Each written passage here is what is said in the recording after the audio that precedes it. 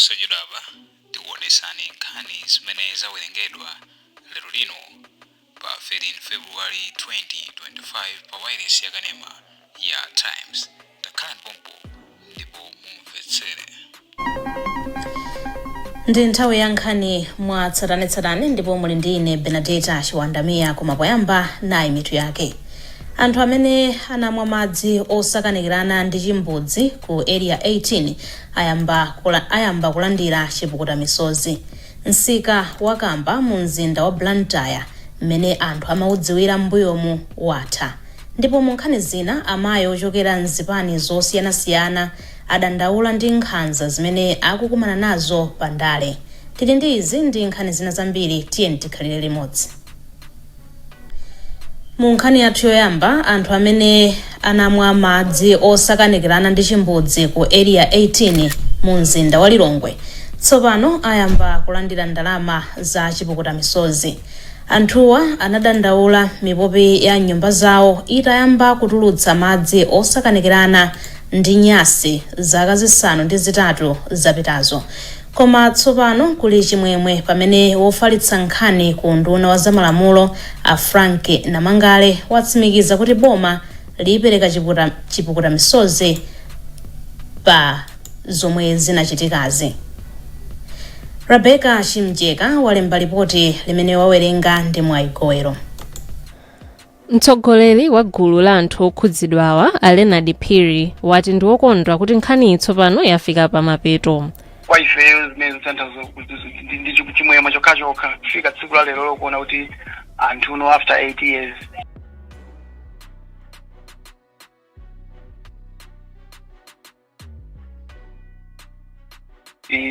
apezesedwe tikuona ngati kuti ndi chinthu chabwino kwambiri ngakhale zachedwa koma ndi zimene timayembekezera.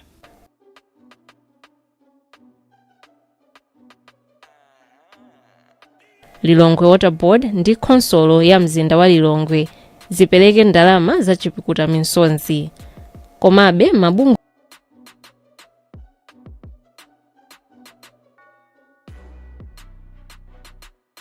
anakadandaula ku bwalo lalikulu la apilo kuti lisawo.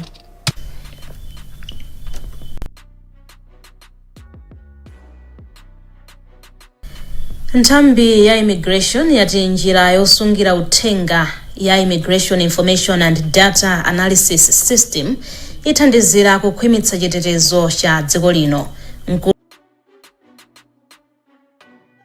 A Fletcher Nyirenda nkhani yonse. Anyirenda anati nthambi yakhale kukumana ndi mavuto monga kusadziwa mbiri ya anthu omwe amalowa ndi kutuluka mdziko muno kamba kuti njira zomwe akhala akugwiritsa ntchito nzamakedzana. System yathu inali ija ya manyo andi ya manyoyo ndikhulupirira kuti mmene anthu ankayendera zaka zambuyo ndi mmene anthu akuyendera masiku anowa panopa tili ndi ma volume anthu ambiri amene akuyenda kuyuza maboda athu. So kumbali ya security ndi kuti tikayika system imeneyi izitithandizira kwambiri kuti tiziwe kuti munthu oyenera kulowa m'Malawi ndi utiyo ndipo munthu osayenera ndi utiyo. Ndipo mmawu ake mmodzi mwa akuluakulu ku bungwe la International Organization for Migration IOM Nomagugu Mncube anati njira zomwe akukhazikitsa zithandizira kuti ntchito yooneka anthu iziyenda mosavuta. Pakadali pano njirayi ikugwira ntchito ku chipata cha Mchinji ndipo ikuyembekezeka kufala mzipata zonse za dziko lino kuphatikizapo ku mabwalo a ndege. Ntchitoyi ikukhazikitsidwa ndi thandizo lochokera ku World Bank. Boma lalimbikitsa makolo kutengera ana awo ku sukulu za m'milambo yamba asanafike msinkhu opita ku pulaimali. Wachiwiri kwa nduna ya chisamaliro cha anthu a Halima Daudi wati ana amene adzera ku sukulu za m'milambo yamba amachita bwino pa maphunziro. Patience Lunda wadza ndi zambiri. Daudi anena izi atayendera sukulu ya m'milambo yamba ya Jonas yomwe ili kumpoto kwa boma la Mzimba. Iwo anati alandirapo malipoti a izi ndipo analangiza makolo kuti azitumiza anawo ku sukulu kaye asanapite kumunda. Pali azimayi ena chifukwa choti amapita kumunda anawo sakumapita ku sukulu. Ndeni napempha mafumu ndi akomiti kuti anthu ngati mmene aziyayendera mwapadera makauza kuti asanapite kumunda kuja zikasiya kaya ana ku sukulu. Akamaweruka kumunda kuja zikatenga anawo. Izizo zomwe tupanga kwayikira anatsogolo abwino. chifukwa mwana akapita ku masukulu ang'onoang'ono ankomba phala ngati awawa akamamaliza akakwana zaka 5 kuti apite ku standard 1 amakhala kuti ali ndi nzeru zoti akudziwa kuti sukulu ndi chani. Ndipo wapampando wa sukulu ya Milampoyamba ya Jonas Abraham Msowoya anati chiwerengero cha ophunzira chakhala chikukwera chifukwa choti amapereka phala kwa ophunzira koma kujomba kwa ophunzira kukupitirira. Mwachitsanzo Msowoya anati pa nthawi yomwe nduna inayendera sukuluyi theka la ophunzira pa sukuluyi anali atajomba koma onse pamodzi alipo 69. Nthawi yolimayi ifeso pa sukulu pano timadandaula ndithu chifukwa makolo manumoti abwerese ana musanga pa sukulu yamarawira akaye kumunda komanso iwo amakhala ndi nkhawa kuti ndikachokeso kumunda ndizikamtenga mwana pa 11 koloko ndikukhala ngati ndikutaya nthawi ndiye ndipite ndi mwana kumunda. Koma nafe tikudandaula ndiye tifuna tiyalimbikitse makolo kuti zakumunda izo inde zilipo koma choyambirira asamalire ana awo azibweresa ku sukulu kuno kuti akhale ndi maphunziro abwino. Kumpoto kwa boma la Mzimba kuli ophunzira msukulu za Milampoyamba 18,107, msukulu za Milampoyamba 556. Msika wakamba mu mzinda wa Blantyre mmene anthu amaudziwira mbuyomo watha. Pakadali pano ntchito yogumula nyumba ndi malo ena akale pa msikawo ili mkati ndi cholinga chomanga zinthu zina zatsopano. Koma anthu ena amene amachita malonda pa msikawo agwidwa njakata ati kamba kuti anali asanapeze malo ena ochitirapo malonda. Daniel Zimba ali ndi zambiri kuchokera kwa akamba mu mzinda wa Blantyre.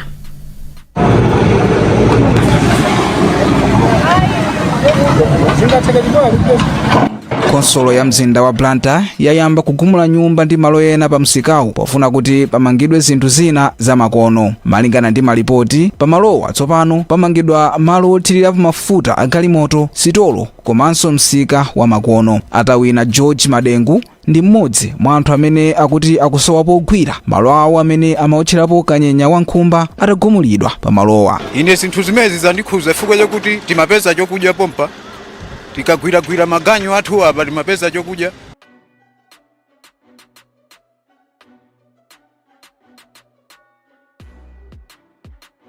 Basi nsika aphwasula sizapezaso chokudya kuchokera msika umene apapatu basi ndiye kuti mwina mwake tingoyamba kupapa mazaza anthu kwambiri malingana ndi momwe magulisidwa pa stiyo. Titawafunsa kuti ayikirepo ndemanga pa nkhaniyi, wofalitsa nkhani ku konsolo ya mzinda wa Blantyre Deborah Luka anati tiyankhulane ndi mfumu ya mzindawu a Joseph Makwinja. Koma amakwinja sanayankhe lamya yawo ya m'manja kangapo konse titawayimbira. Komabe Times yamvetsedwa kuti ntchito yomanga zinthu zatsopano pa malowa ikudza kutsatira mgwirizano wa zamalonda pakati pa konsolo ya mzinda wa Blantyre ndi mkulu wina wa zamalonda mdziko muno. Ndipo a Victor Chipofya amayankhulapo pa zinthu zosiyanasiyana zomwe zikuchitika mdziko muno. Poyamba ndiponena kuti mmene anthuwa amamanga kuti azipanga malonda awo malo osayenera akonsolo anali chifukwa chokuti akonsolo amene akuwaletsa anthu nthawi imeneyoyo osati kudikirira kuti anthu aja amange ayambe kupanga bizinesi kenakona atake kusere malowa. Koma ngati akonsolo anawuza anthuwa kunena kuti ayi malo omwe mukumangawa ndiolakwika koma anthu asanamvetsere, ndiyeno ndikuona kuti akonsolo palibe chimala. Msika wa Kamba uli ndi mbiri yake kwa anthu okhala mu mzinda wa Blantyre. Msikawu unayambitsidwa mzaka zambiri zapitazo ndi anthu okhala m'madera ozungulira amene amafuna kuti anthu asamapite kutali akafuna katundu osiyanasiyana. Makono msikawu unasanduka malo akulu azamalonda ngakhale kuti nyumba ndi zipangizo zambiri pamalowa zinali zachikale komanso zowonongeka.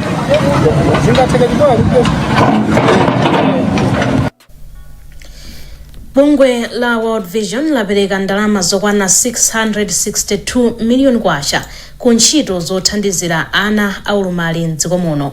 Mwazina ndalamazi zithandiza kugulira anawa njinga zokwana 340 ndi zipangizo zina zowathandizira pa moyo wawo. Thandizoli laperekedwa pa mwambo umene wachitika pa chipatala cha Bwaira mu mzinda wa Lilongwe. Wezi Gausi akufotokoza. Kuyankhula atamaliza kupereka zipangizozi, mmodzi mwa akuluakulu a bungwe la World Vision Malawi, a Charles Chimombo, analonjeza kuti bungwe lawo lipitirire kuonesesa kuti ana makamaka amene ali ndi ulumali akupeza zonse zofunikira pa miyoyo yawo.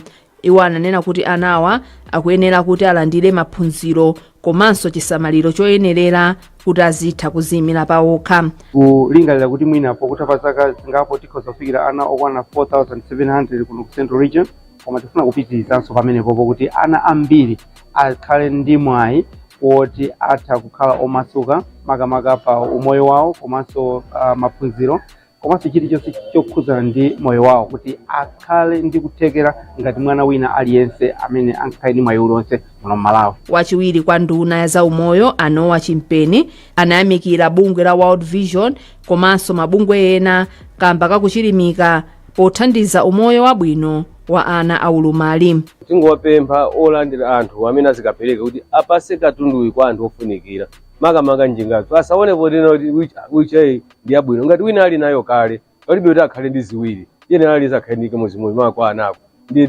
aonesese kuti amene alibewo amene akufunika kuti zimene zitakhala nthandizo zimene ndi amene alandire. Poyankhulapo pa nkhaniyi mkulu wa bungwe la makhoda a George Chusiwa anati thandizoli lafika mu nthawi yoyenerera koma anawa amasoweka mathandizo ena ochuluka kuposera mayendedwe okha. Bungwe la Malawi Council for Disability Affairs makhoda likaonetsetsa kunena kuti katundu ameneyi akasamalire bwino kuti anthu oyenera kupindula ndi katundu amene makamaka njinga zimene zaperekedwa za ana olumala zikagwire ntchito yake yoyenerera. Bungwe la World Vision kudzera mu ntchito yake ya Thrive Project akufuna afikire ana oposera 4,700 amene ali ndi ulumali maboma a Mzimba, Kasungu, Dowa, Ntchisi komanso Dedza. Mmodzi mwa anthu amene anagwirapo ntchito mboma mdziko muno walimbikitsa chilungamo ndi kukhulupirika pakati pa anthu ogwira ntchito mboma. Aaron Nkhomba ayankhula izi kwa achinyamata amene alembedwa kumene ntchito ku nduna yoona zamalo. Brenda Kayo akufotokoza. Polankhula pomwe amachititsa maphunziro mu mzinda wa Lilongwe, Ankumba apempha anthu ogwira ntchito mboma kuti azigwira ntchito mozipereka. Iwo anayankhula izi pomwe amaphunzitsa achinyamata omwe alembedwa ntchito ku nduna wa zamalo ngati alangiza zamalo. Ankumba anakumbutsa achinyamatawa kuti mu nthawi ya ulamuliro wa Kamuzu anthu ogwira ntchito amayesetsa kutsatira malamulo omwe anakhazikitsidwa pa ntchito ndipo munthu yemwe sakutsatira malamulowa amachotsedwa ntchito. Iwo anadandaulanso kunena kuti pakadali pano anthu ogwira ntchito mboma akungochita zomwe akufuna. Ngakhale ndikudziwa kuti masiku servant amasiku ano amadziziwa zimenezi koma takumbutse kuti ndi zinthu zofunika kwambiri kukhulupirika pa ntchito, kusunga mwambo, kusamala anzawo amene ali nawo pa ntchitopo, kumamvetsera zimene zikuwavuta and so on. Mlembi ku nduna wa zamalo a David Chilonga apempha achinyamatawa omwe alembedwa ntchito kumene kuti akaonetsetse kuti akutsatira malamulo ogwirira ntchito. Ndeti mafuna kuti asadachoke mmodzi wa akuluakulu amene ndankhala kale pakayendetsedwe ka zaboma senior citizen abwere adzawalankhule kuti kodi kale zinkakhala bwanji ndipo kuti tatumikire bwino anthu tingatumikire bwanji ndeti machita zimenezo. Achinyamatawa akuyenera kugawidwa m'makhonsolo onse a mdziko muno. Mukuonera nkhani mwa tsatanetsatane pano pa Kanema wa Times. Tibwerenso ndi nkhani zina zambiri mukatha kuonera izi. Tikupitirira ndi nkhani zathu ndipo mkulu wa polisi Marilyn Yolam wati nthambi ndiyokonzeka kuteteza amayi mundale ku nkhanza zosiyanasiyana. Yolam ananena izi lachinayi mu mzinda wa Lilongwe pa msonkhano wa amayi ochokera mzipani zosiyanasiyana za ndale. Amayiwa adandaula kuti akukumana ndi nkhanza zosiyanasiyana maka pa nthawi ino ya kampeni. Kafe Maulidi ali mu mzinda wa Lilongwe. Yolamu atsimikizira amayiwa kuti apolisi achita kothekera kuonetsetsa kuti amayi mundale atetezedwa pa nthawi ya chisankho komanso chisankho chikatha. Azimayi akhala otetezeka ndipo mmene timalankhula nawo pa plenary milandu ina imene ananena tinawapatsa kuti panopa ili pati. Panali milandu ina imene anafunsa sitinakanika chifukwa choti mmene timabwera kuno sitinauzidwe kuti mukafunsidwa za milandu iyi ndi iyi. Akanakhala kuti tinali ndi prior information tikanakonzekera bwino. Koma ndi atsimikizira Malawi azimayi. N'chifukwa chake tachita launch violence against women imene tinakapanga launch kulikuni. Tikunena kuti azimayi athu akhale otetezedwa, koma tonse timadziwa kuti chitetezo chimayambira ndi iwe mwini. Iwo wonso adzitetezenso. Nduna yona kuti pasamakhale kusiyana pakati pa amayi ndi abambo a Jean Sendeza omwenso ndi mkulu woyang'anira amayi mchipani cha MCP ati pali kufunika kwakukulu kuti apolisi achilimike pogwira ntchito yawo ponena kuti amayi omwe ali mzipani zotsutsa boma ngakhalenso amayi omwe ali mchipani cholamula akumamva kusatetezeka pa nthawi yachisankho. Aliyense wandale ngati mzimayi amayenera kuti atenge nawo mbali pa nkhani za ndale zimene zikuchitika mu mchipani mwawo. Ndiye kuyambira lero tapangana kunena kuti ife ngati azimayi amene tikutsogolera tikhale ndithu ndi chidwi ndi luntha kuonetsetsa kunena kuti tikhale otetezedwa. Kodi titetezedwa bwanji? N'chifukwa mwationa kuti tonse takhalira limodzi kukamba chichewa chimodzi, komanso kufunitsitsa kunena kuti mzimayi aliyense amene kaya amatenga nawo mbaliyo asakhale ndithu ndi kujejema kwina kulikonse, akhale nawo ndithu kuti nayenso ndi Malawi akhoza kutenga nawo mbali pa nkhani ya zandale za kuno ku Malawi. Mgwirizano wa mayiko aku Europe EU ndi omwe ukuthandiza ntchito yolimbikitsa amayi kutenga nawo mbali pa chisankho chomwe chikubwerachi. Ndipo pakadali pano kazembe wa European Union kuno ku Malawi Arune Skinnepash adzudzula nkhanza zomwe anthu amachitira amayi omwe akutenga nawo gawo pa ndale. Ntchito yolimbikitsa kuti amayi atenge nawo gawo pa chisankho chikudzachi ikugwiridwa ndi bungwe la Oxfam komanso Oleki. Mkulu wa bungwe la Oxfam Alingalireni Mihowa ati ndokondwa kuti tsopano apolisi atsimikizira amayiwa kuti achitapo kanthu pa madandaulo omwe amayiwa akhala ali nawo.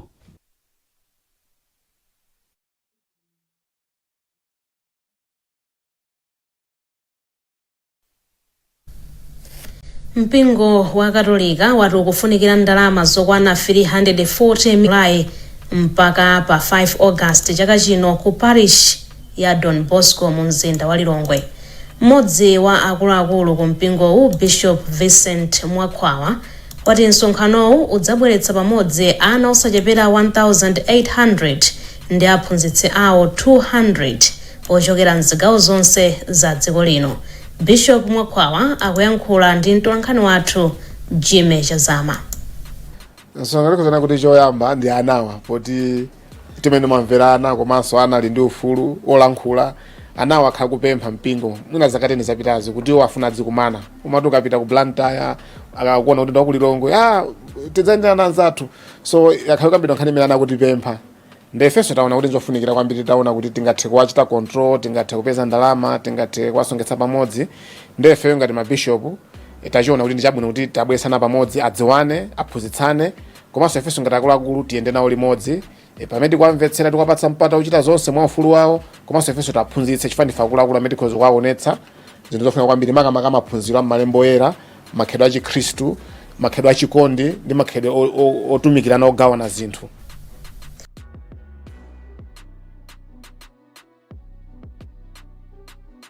Ndipo Atina Kandodo ndi wapampando wa komiti ya msonkhanowu. Puliso subcommittee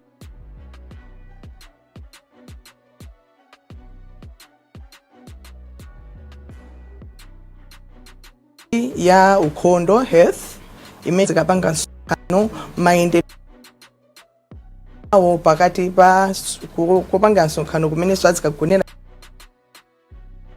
ndi ana ambiri sitingakwanitsa malo amodzi.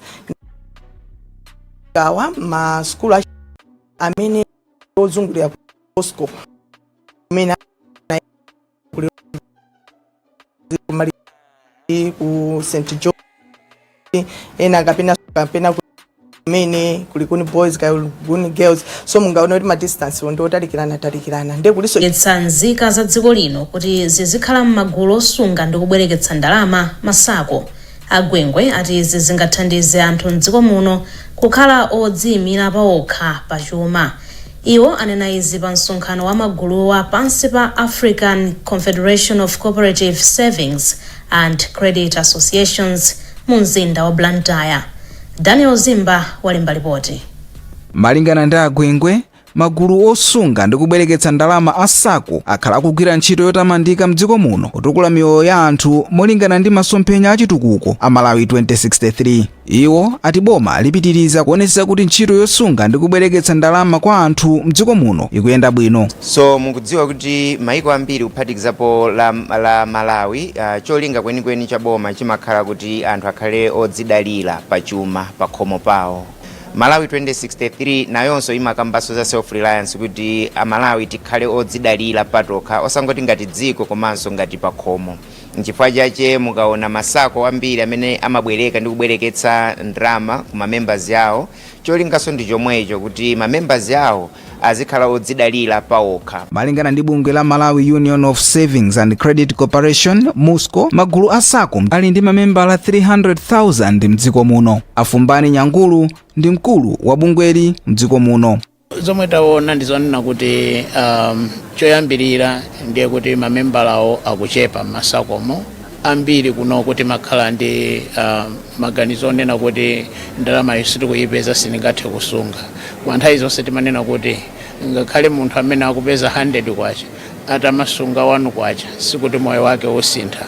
1 kwacha itachita mowirikiza imapezeka kuno kuti wayamba ndithu kusunga ndalama. Ndipo mkulu wa bungwe loyang'anira magulu asako mu Africa la African Confederation of Cooperative Savings and Credit Associations ACOSCA George Ombado ati anakonza mwambowu ngati mbali imodzi yosangalala kuti akwanitsa zaka 70 akuthandiza anthu pachuma mu Africa. Mu nkhani zina, woimba Jetu wasankhidwa kukhala kazembe wa apolisi ya Limbi polimbana ndi nkhanza zimene achikulire akukumana nazo. Mkulu wa polisi ya Limbi Edwin Kambo walengeza izi pamwambo opereka mphotho kwa apolisi omwe agwira bwino ntchito chaka chatha. Thomas Kachere wadza ndi zambiri mu ripoti ili. Mlendo olemekezeka pamwambowu Yunus Lambert ati kupereka mphotho kwa apolisi omwe achita bwino ndi zofunikira kwambiri kamba kuti zimawapatsa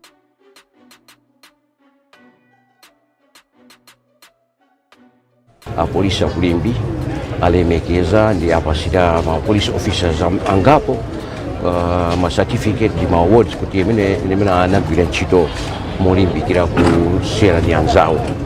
Zimene achita Limbi police station imene woyamba ndaonera ku dziko muno. Polisi nayonso imakhala ikutetezera miyoyo ya anthu achikulire. Komano pali anthu ena ake amene kuganiza wa amaona ngati wachikulire ndikuti titha kumuyelekeza ndi nkhani za ufiti.